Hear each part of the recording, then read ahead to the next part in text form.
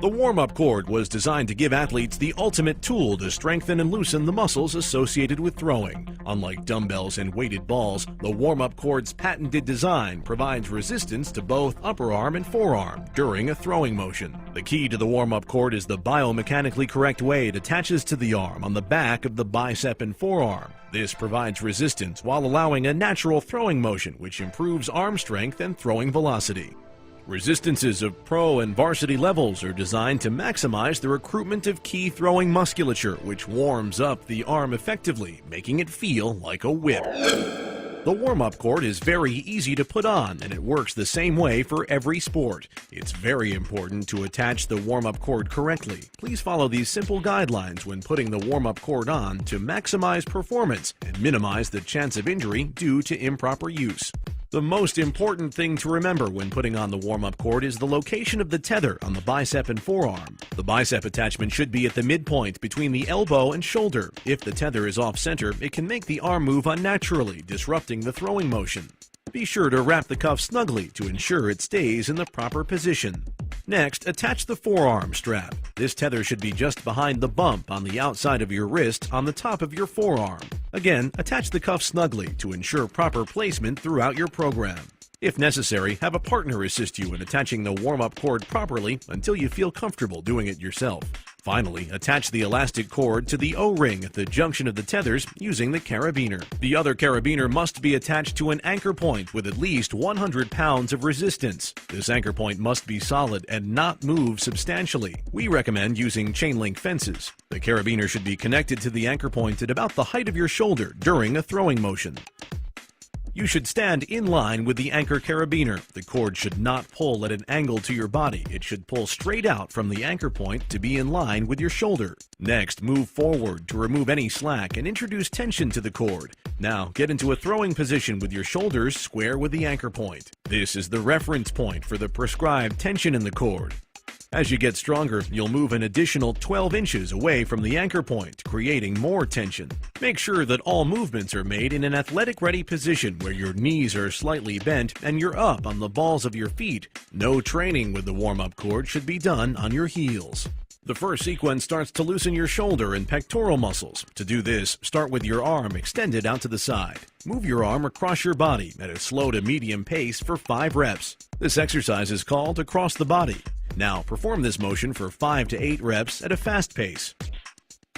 The next exercise is called squared up. You start this movement with your torso already squared up to the target. Now, throw to a target you imagine to be directly in front of you, about 30 yards straight out. Perform 5 to 8 reps at a medium pace, making sure you follow through completely and return through your throwing motion slowly to a 3 count.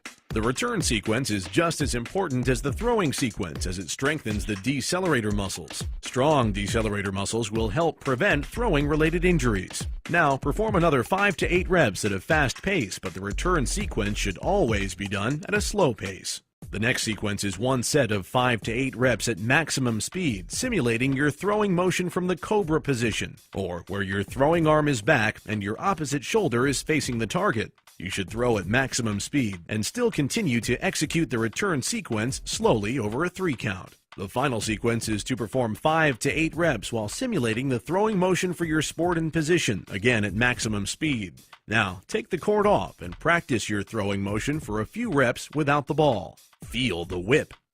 Finally, start throwing with the ball and finish your normal warm-up sequence for your sport. Always focus on moving at speeds similar to your actual throw. More tension is not always better. If the tension is enough to change your throwing motion, then you have too much tension. Speed and fluidity of movement is the key. The device is designed to allow a natural throwing motion.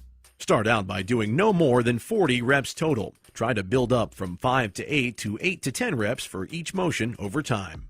Watch your foot position. Set a reference as to where you'll experience 12 to 18 inches of tension or more as you progress. Follow warm-up cord sequence with at least 10 to 12 reps of your actual throwing motion with a ball. Make sure to reinforce proper mechanics immediately after you use the cord. Across the body and squared up drills should always be done the same way, no matter the sport. Perform the entire protocol again, but only 3 reps per set. This is a great way to stretch and cool down your arm. After you're done, ice is normal. Baseball and softball overhand throwers. Perform your normal throwing motion for the last 2 sets. Pitchers should start out of the stretch position for the final sequence. Catchers should start in their crouch position for the final sequence, simulating a throw to second base. Position players should start from their fielding position for the final set, simulating throwing out runners. Softball pitchers should perform the first 5 sets the same as an overhand thrower. However, the last set should be at least 8 to 10 reps while simulating a windmill pitch. Football quarterbacks. Across the body should always be performed first and is the same as the other sports. Squared up should be performed, simulating throwing to a target 20 yards directly in front of you.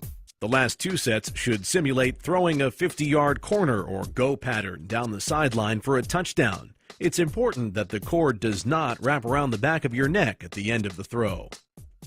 Suggested training program. Across the body, 1 set of 5 to 8 reps at a medium pace. 1 set of 5 to 8 reps at a fast pace. Squared up, 1 set of 5 to 8 reps at a medium pace. 1 set of 5 to 8 reps at a fast pace. Finish with a 3 count on your return sequence to work your decelerator muscles. Normal throws.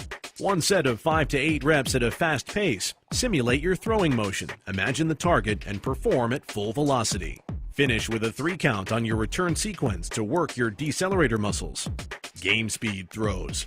1 set of 5 to 8 reps at a fast pace while simulating your sport-specific throwing sequence. Execute your normal footwork, imagine the target, and perform at full velocity. There is no 3 count on the return sequence. Prepare to throw. Perform the above warm-up protocol every time you throw. Weeks 1 and 2. Only perform 5 reps of each set for the first week. It's very important that you ease into using the cord. Keep the rep count to under 40 reps total the first week. In week 2, progress to 7 to 8 reps with each exercise, keeping the total rep count below 45 reps. Week 3. Increase rep count to 10 reps for each exercise. Increase throwing velocity during normal throws and game speed throws to maximum speed. Week 4. Increase tension by 12 inches from the reference position. Decrease rep count to 5 to 8 reps for each exercise to adjust for the added tension. Weeks 5 and 6. Increase rep count to 8 to 10 reps. Add 1 set of normal throws to 3 sets.